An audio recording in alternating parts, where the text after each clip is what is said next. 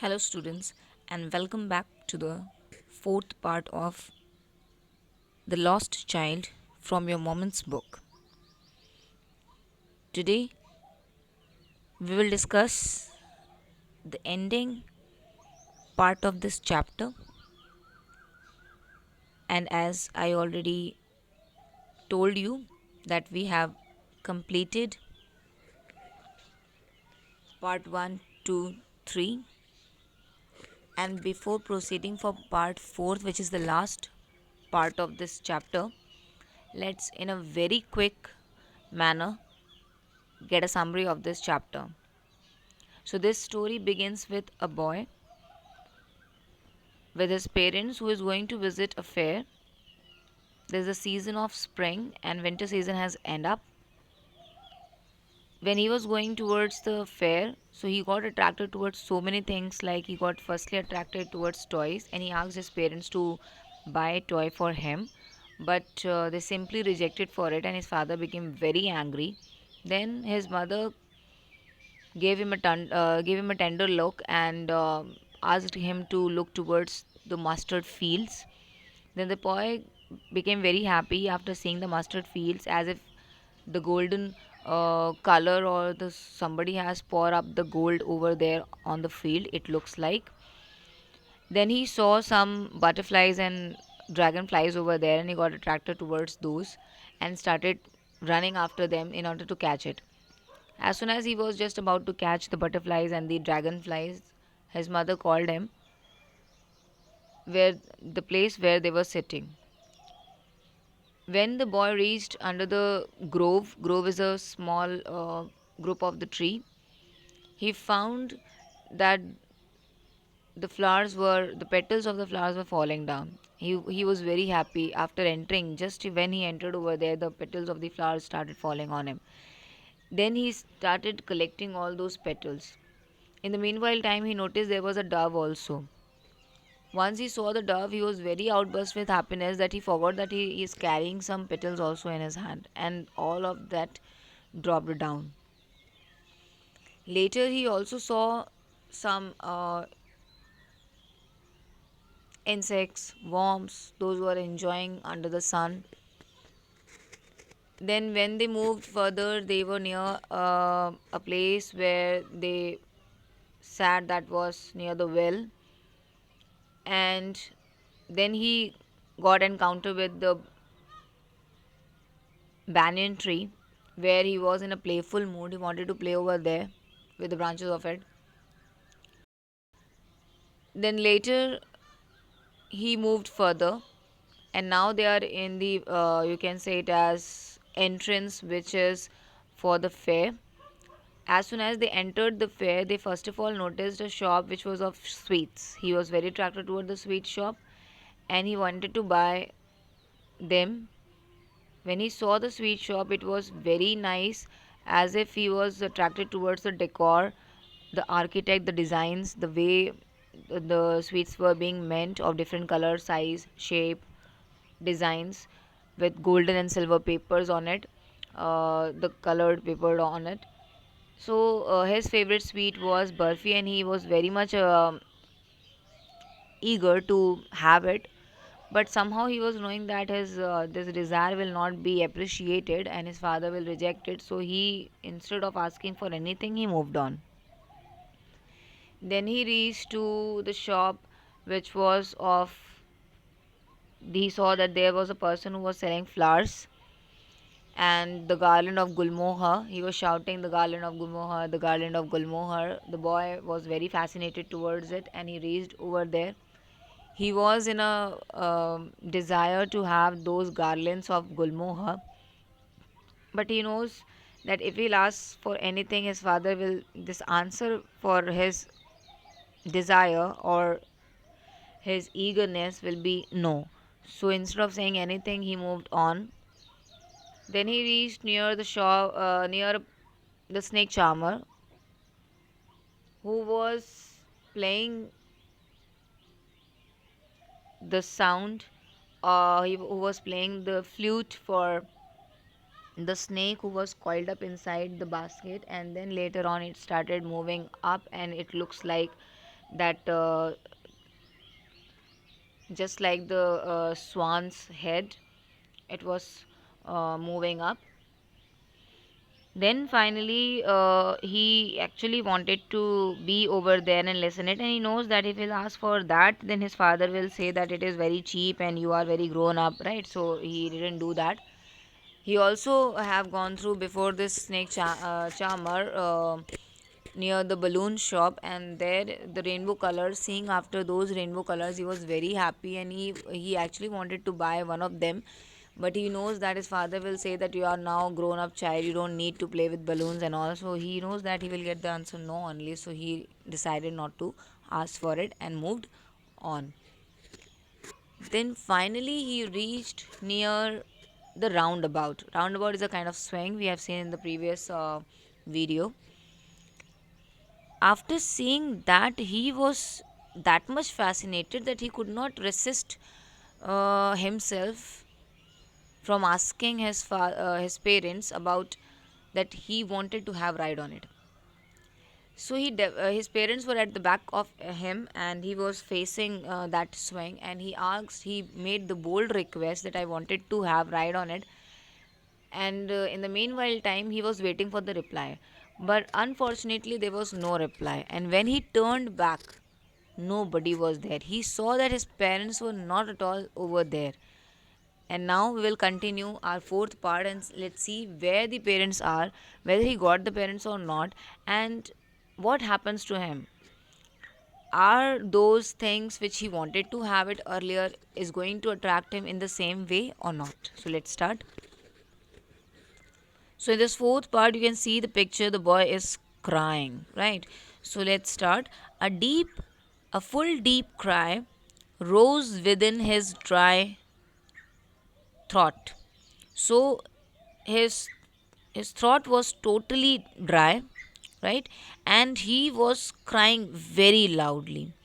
And with sudden jerk means a sudden movement in the body. In his body, he ran from where he stood. So he ran from where he stood, means wherever he was standing, from there only he started running here and there.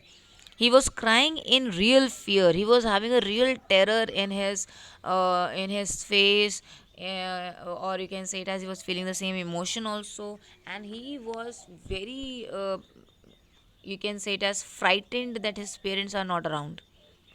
He started shouting, "Mother, father!"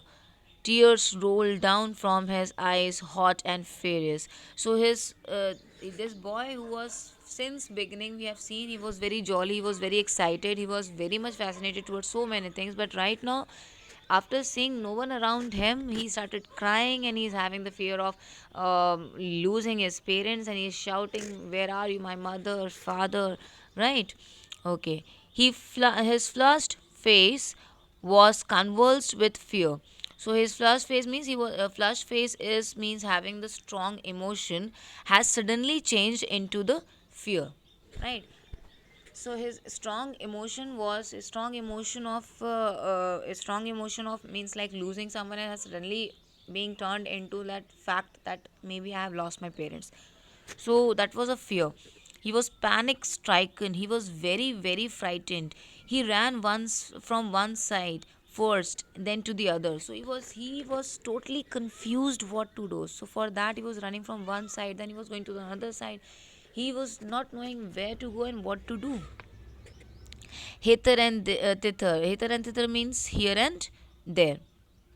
In all the direction he was moving in the search of his parents, knowing not where to go, and he was having no idea where to go in order to search his parents. Mother, father, he wailed. He started crying. He was wailing, "Where are you, my parents? Mother and father, please come back to me." His yellow turban came untied, and his clothes became muddy.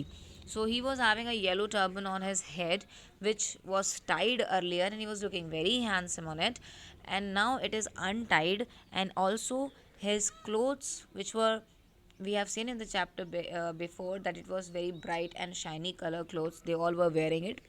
now it has turned muddy because he was searching here and there. He is totally confused, he is frightened, he don't know what to do and where to get his parents. Now just only one thing is flashing in front of his eyes, is just where my parents are, without having any idea from where and which side he should go in order to find them.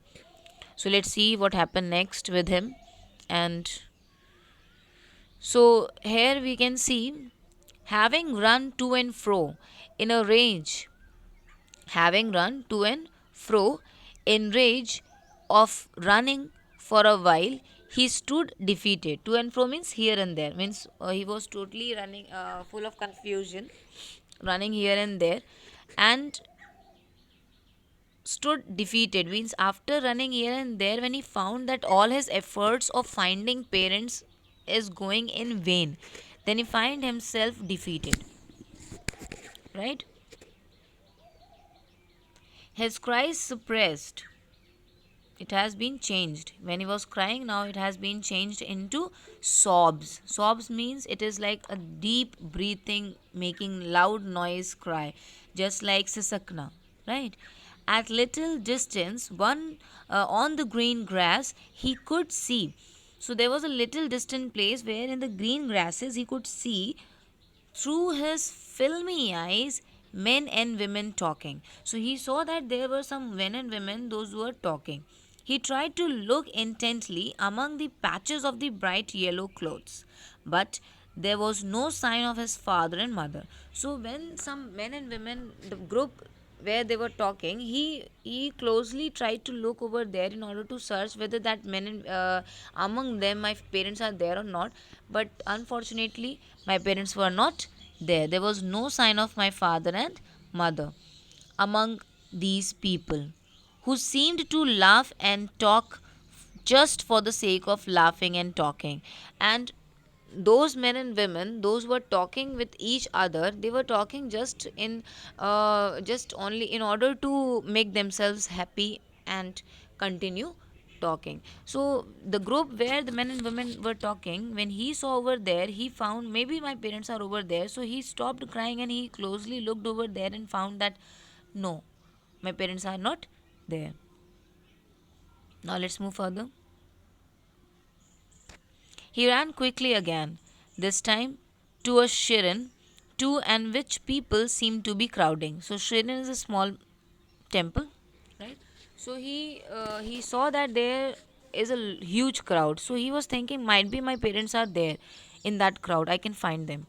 Every little inch space here was congested with men. Means there was no inch space to go inside. It was that much of crowd. It was very congested, full of. But he ran through the people's leg, his little sobs lingering. So he ran. So when he found that there is no space to enter inside, he was moving inside the. He was finding space from between the legs, and then his little sobs means it's continued. Mother, father, he was crying near the entrance of the temple. However, the crowd became very thick. So, when it was the entry of the temple, there the crowd was more than it was at the end. Men jostled each other. Jostle means pushing. So, men were pushing each other. They all were pushing each other in order to go further. Heavy men with flashing murderous eyes and hefty shoulders. Even there were some men who were very, very heavy, strong, and they all were pushing here and there. They were so large and heavy shoulders they were having. The poor child struggled to thrust a way between their feet, but knocked to and fro by their brutal movements. So this very poor child, he was struggling in order to go in, but he was totally, trust means pushed away. He was pushed away between their feet and knocked out, hit out. And then finally, because of their brutal movements means harsh and rough movements, he might have been trampled. Trample means crushed. Underfoot means if he would have not come out, then they are going to crush him. Had he not shrieked at the highest pitch of his voice, father and mother. Then he started shouting at the high pitch of his voice regarding his father and mother, but there was no sign of his parents. Now let's move further. In between, what happened? A man in a surging, means powerful crowd, heard his cry. So, in that huge crowd where he was just about to be crushed, there was a man who heard his cry, and stooping with great difficulty and then moving with great difficulty, stooping means moving with the great difficulty, lifted him up in his arm. Then finally he lifted, as you can see in the picture also, then he lifted that boy in his arms. Now let's see who is that man. How did you get here, child? Whose baby you are? The man asked as he steered clear of the mass. So, steered means as he moved further inside the crowd, he took the child in his hand and then he asked that, how did you come over here in this fate, the fair, and in this crowd also, and whose baby you are, who are your parents, tell me something about them. The child wept more bitterly, then means more harshly and more rudely he started crying as he was crying earlier when he saw somebody is convincing him that ever now and only cried, I want my mother, I want my father. So he was only crying and saying to that man that I want my mother and I want my father. The man tried to soothe him by taking him to the roundabout. So this man wanted to convince him, wanted to make him calm down. So in order to that, he went towards the roundabout so that maybe the child will feel happy after seeing roundabout. He will forget about his parents and will be not crying. So will you have a ride on the horse? So now see, this roundabout he wanted the ride earlier, but now that time he knows that his parents will not be able to have that ride on it, right? Give him that pleasure to have ride on it, but now he is getting the offer to get ride on that roundabout. Let's see what he is going to do. he gently asked as he approached the he gently asked as he approached the ring. So he very softly asked to the child that, would you like to have the ride on it? The child throat tore into the thousand shrill sobs and only shouted. So this child throat tore means actually, you can say it as tear out, but you cannot say that the throat has been torn out. But there was a very heavy kind of the sobbing sound which was coming from his mouth, and then he shouted only that I want my father, I want my mother. So this clearly shows that the thing which he wanted earlier, that roundabout ride, now is of no use for him, and he just only wanted his father and mother instead of having ride on this roundabout. Now let's see what else happened to him. Now the man headed towards the place where the snake charmer still played on the flute. Now this man reached toward the snake charmer. This is the also place which where this child went, and when at that time he wanted to enjoy the music of the snake charmer and also seeing the snake moving along with the music. To swaying korba. There was a korba who was moving along with the sound. Listen to that nice music, child, he pleaded. Then he requested to the child that, see, child, there is a very nice music going on. Why don't you listen it? But the child shut his ears with his fingers and shouted his double pitched strain. But now, what the movement of the child is, at that time he wanted to hear that music, he wanted to see that snake charmer and the snake also, but now he is closing his ears and is just shouting at the best pitch of his voice, I want my mother, I want my father. The man took him near to the balloons, thinking the bright colors of the balloons may distract him. Now the man has taken him to the balloon, the person who is selling the balloon, and you know that in the beginning he went toward that balloon seller and he wanted to have all those rainbow colors, but right now let's see what his reaction is going to be. So in order to get the child's attention and quieten him, right, so as to make him quiet, he went over there. Would you like to have the rainbow colored balloon? He persuasively asked. The child turned his eyes from the flying balloons and just sobbed. I want my father, I want my mother. So this time the child is not even interested to look towards those balloons. So when the man asked him very nicely that would you like to have this colorful balloons, then he, instead of looking toward the balloon, he just turned his eyes and he was sobbing and telling that please, I just want my father, I just want my mother, I don't want any balloon, any snake charmer, or any kind of this roundabout ride. Now let's see how he quietened the child. So this is the end of the chapter. And here one thing we have understood in this chapter, that although the child was asking for so many things earlier, but later on when the things, those materialistic things come in front of him after losing his parents, has had no value for him. He was not at all having any kind of the interest regarding all those things which he was having earlier. He's having no desire to have any things, or you can say it as there is no value of anything if he compares his parents love for that. So this is the story which actually deals with our real life too. Sometimes it happens that we shout on our parents, we behave very badly, there is a misbehavior, we shout on them, and we think that they are the rulers, they are the only one who wanted to control us. But later on, this is the time when we don't realize that value actually. But later on, when you find that they are not around you, then you realize that value. So why don't you realize that value now only, instead of losing them and then realize that how much they value you, right? So I strongly believe that this chapter teaches us that yes, we should love our parents, respect them, and should always take care of them.